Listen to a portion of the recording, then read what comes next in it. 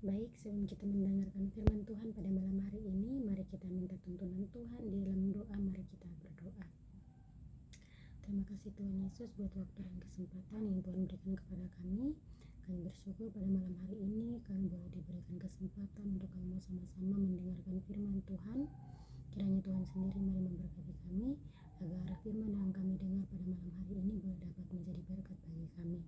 Berkati juga hamba-Mu yang kami menyampaikan firman Tuhan. Biarlah setiap kata kalimat yang keluar dari bibir mulut hamba-Mu semua hanya berasal daripada-Mu. Terima kasih Tuhan, kami menyerahkan waktu kami sepenuhnya ke dalam tangan-Mu. Dalam nama Tuhan Yesus, haleluya, amin. Shalom Bapak Ibu dan saudara-saudari yang dikasihi Tuhan. Pada malam hari ini kita akan sama-sama belajar firman Tuhan yang diambil dari kitab Injil Matius pasal 14 ayatnya yang ke-22 sampai ayatnya yang ke-33. Tapi di sini saya mau kita berfokus hanya pada 3 ayat, mulai dari ayatnya yang ke-29 sampai ayatnya yang ke-31. Di sini saya akan membacakannya untuk kita semua. Di sini diberi topik yaitu Yesus berjalan di atas air. Ayat 29, kata Yesus, "Datanglah." Maka Petrus turun dari perahu dan berjalan di atas air mendapatkan Yesus. Tetapi ketika dirasanya tiupan angin, takutlah ia dan mulai tenggelam, lalu berteriak, "Tuhan, tolonglah aku." Segera Yesus mengulurkan tangannya, memegang dia dan berkata, "Hai orang yang kurang percaya, mengapa engkau bimbang?" Demikian firman Tuhan yang telah kita baca bersama pada malam hari ini. Baik Bapak Ibu yang dikasihi Tuhan, kita semua pasti pernah merasakan atau mengalami yang namanya badai. Bukan badai dalam bentuk badai alam, tetapi badai kehidupan, seperti masalah ekonomi, masalah kesehatan, dan juga mungkin kita pernah mengalami masalah dalam hubungan. Ya, seringkali badai itu datang, kita sebagai manusia yang akan kita rasa terlebih dahulu adalah kita pastinya merasa takut dan merasa sendirian. Tetapi hari ini kita akan belajar dari kisah murid Yesus yang terombang-ambing di tengah danau. Untuk itu mari kita belajar bersama, kita melihat bagaimana Tuhan bekerja di tengah badai yang kita alami. Bagaimana cara kita agar tetap bertahan di badai hidup yang kita alami ini? Ada beberapa langkah yang akan kita pelajari bersama pada malam hari ini. Yang pertama yaitu melangkah di atas otoritas Tuhan. Terdapat di ayat yang ke-29, kata Yesus, "Datanglah." Maka Petrus turun dari perahu dan berjalan di atas air mendapatkan Yesus. Ya, di sini Petrus bisa melakukan hal yang mustahil, bukan karena dia punya kekuatan super, bukan karena dia jago, dan juga bukan karena dia hebat, melainkan dia memiliki pijakan otoritas yang benar. Dan kita di sini juga harus perhatikan bahwa air danau itu tidak mendadak berubah menjadi semen atau menjadi es yang sangat keras.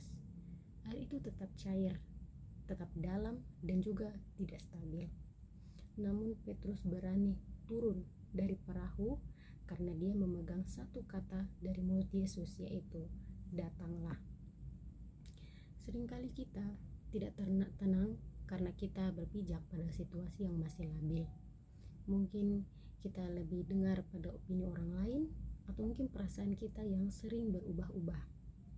Damai dimulai saat ketaatan kita lebih besar daripada kalkulasi logika kita. Untuk berjalan di atas badai, kita harus meninggalkan perahu zona nyaman kita. Jangan menunggu badai redah untuk mulai melangkah, tetapi melangkahlah karena Tuhanlah yang menyuruh. Maka air yang cair pun akan menjadi jalan yang kokoh bagi iman kita. Damai itu muncul saat kita berhenti bertanya bagaimana caranya, dan mulai percaya pada siapa yang memerintahkannya. Itu poin yang pertama. Kemudian poin yang kedua yaitu merubah pandangan kita. Terdapat di ayatnya yang ke-30 yaitu, "Tetapi ketika dirasanya tiupan angin, takutlah ia dan mulai tenggelam, lalu berteriak, 'Tuhan, tolonglah aku.'" Mengapa Petrus yang awalnya berhasil berjalan di atas air tiba-tiba mulai merasa tenggelam? Jawaban di sini adalah bukan karena ombaknya yang mendadak berubah, atau mungkin bukan karena ombak yang tiba-tiba menghantam dirinya, tetapi karena fokusnya terbagi. Di sini juga Alkitab mencatat bahwa Petrus mulai merasakan tiupan angin. Masalah Petrus bukan hanya badainya, melainkan distraksi dari badai tersebut. Begitu dia berhenti menatap wajah Yesus dan mulai menghitung kekuatan angin, gravitasi ketakutannya langsung menariknya jatuh. Di dunia ini penuh dengan yang namanya angin yang berisik. Angin yang berisik yang dimaksud yaitu yang pertama berita buruk, kritikan yang mungkin bisa menjatuhkan kita, atau bayangan kegagalan di masa depan yang belum sempat terjadi. Jika kita membiarkan mata kita terus menerus untuk men-scroll masalah, maka damai yang kita miliki akan hilang. Damai sejahtera adalah hasil dari pandangan kita yang tidak terbagi. Kita juga harus perlu membangun filter dalam pikiran kita sendiri. Jangan biarkan apa yang kita rasakan mengalahkan apa yang kita tahu tentang kuasa Tuhan. Mari kita belajar untuk memastikan suara angin dan pertajam pendengaran kita pada suara Tuhan. Dan kita juga harus ingat bahwa apa yang paling buruk di pandangan kita, itulah yang akan menguasai perasaan kita. Itu poin yang kedua. Dan poin yang ketiga yaitu menjangkau tangan yang pasti, terdapat di ayatnya yang ke-31. Segera Yesus mengulurkan tangannya, memegang dia dan berkata, "Hai orang yang kurang percaya, mengapa engkau bimbang?" Poin ini adalah jaminan terbesar bagi kedamaian kita. Kata kunci di sini yaitu adalah segera. Segera artinya secepat mungkin. Nah, di sini Yesus juga tidak menunggu Petrus sampai tenggelam baru dia menolong, sampai dia sesak napas, sampai si Petrus ini sesak napas baru Tuhan menolong sebagai hukumannya atas keraguannya. Tidak. Di sini Yesus juga tidak membiarkan Petrus berjuang sendiri untuk kembali ke perahunya, menunjukkan kekecewaannya. Tapi di sini justru di tengah kegagalan fokus Petrus, tangan kasih karunia Tuhan itu bekerja lebih cepat daripada gravitasi yang akan menenggelamkan Petrus. Kepastian inilah yang membuat kita tetap tenang. Kita damai bukan karena kita merasa sangat hebat dan beriman kuat, tetapi karena kita tahu bahwa kita memiliki jaringan pengalaman yang tidak pernah gagal. Bahkan saat iman kita lemah, saat kita terjatuh karena kecemasan, atau saat kita merasa mulai tenggelam dan depresi, Tuhan tidak pernah ghosting atau meninggalkan kita. Jarak antara titik terendah kita dengan pertolongan Tuhan hanya sejauh satu seruan, yaitu Tuhan, tolonglah aku. Damai itu hadir saat kita sadar bahwa kita tidak sedang berjalan sendirian, tapi ada tangan Tuhan yang menjangkau kita lebih panjang daripada kelemahan atau masalah yang kita hadapi. Kesimpulannya untuk kita pada malam hari ini yaitu badai tidak pernah meminta izin untuk datang ke dalam kehidupan kita, tetapi kita punya hak untuk menentukan bagaimana kita meresponnya.